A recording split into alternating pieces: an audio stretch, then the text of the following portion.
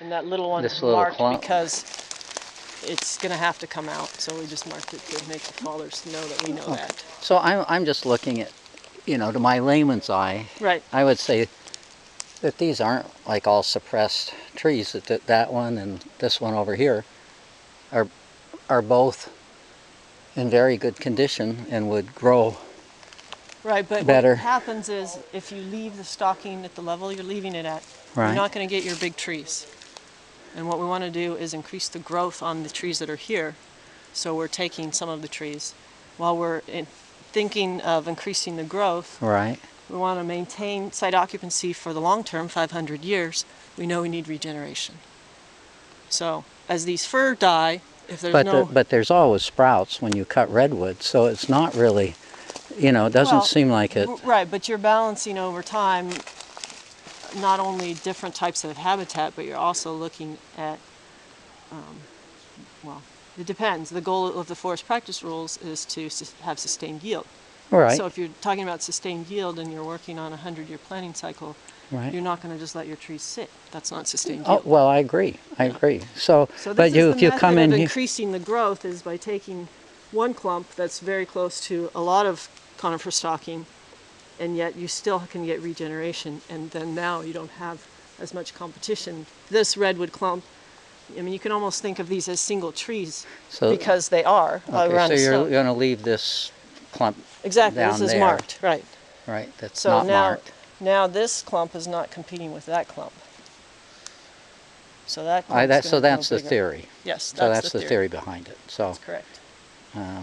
okay, so I understand.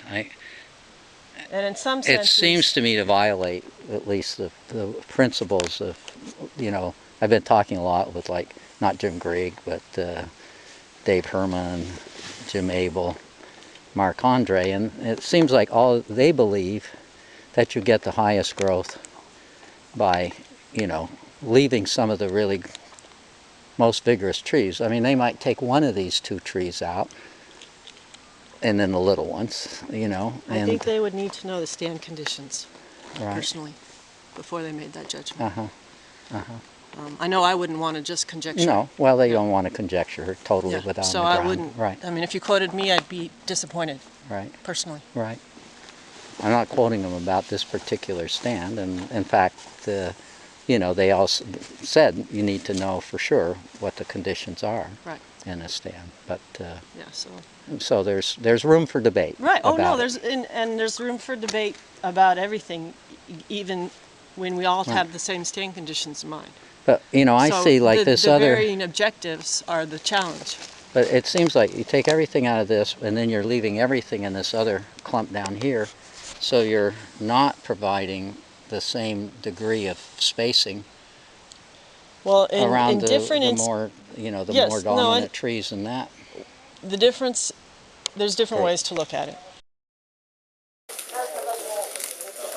So we're looking now in South Whiskey Springs, and we're looking at proposed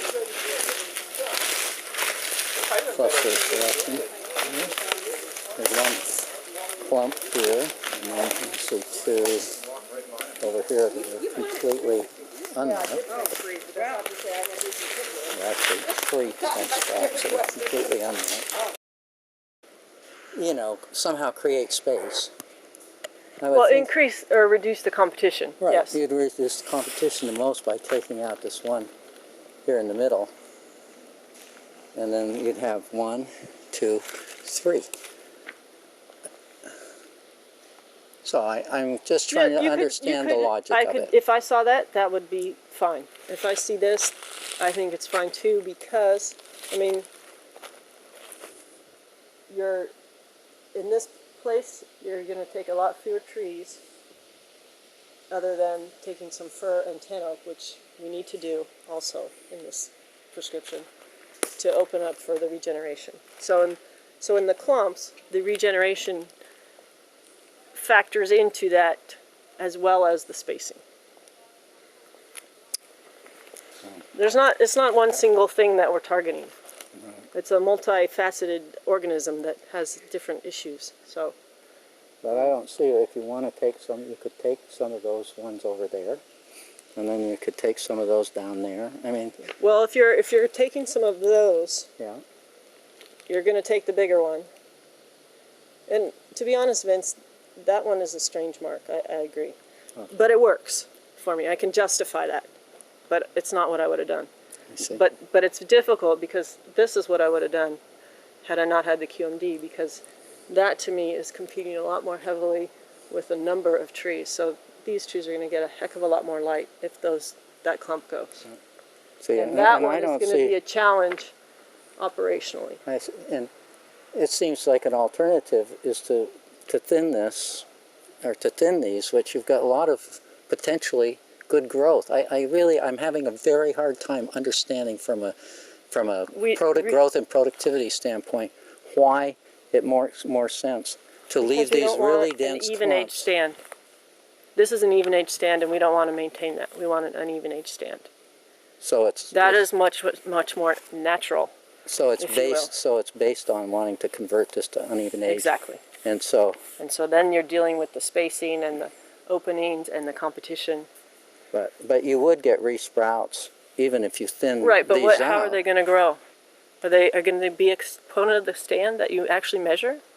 Well, When? In 100 years? And then is that good site productivity? you know, if you remove them on We the should keep south walking and side. talking.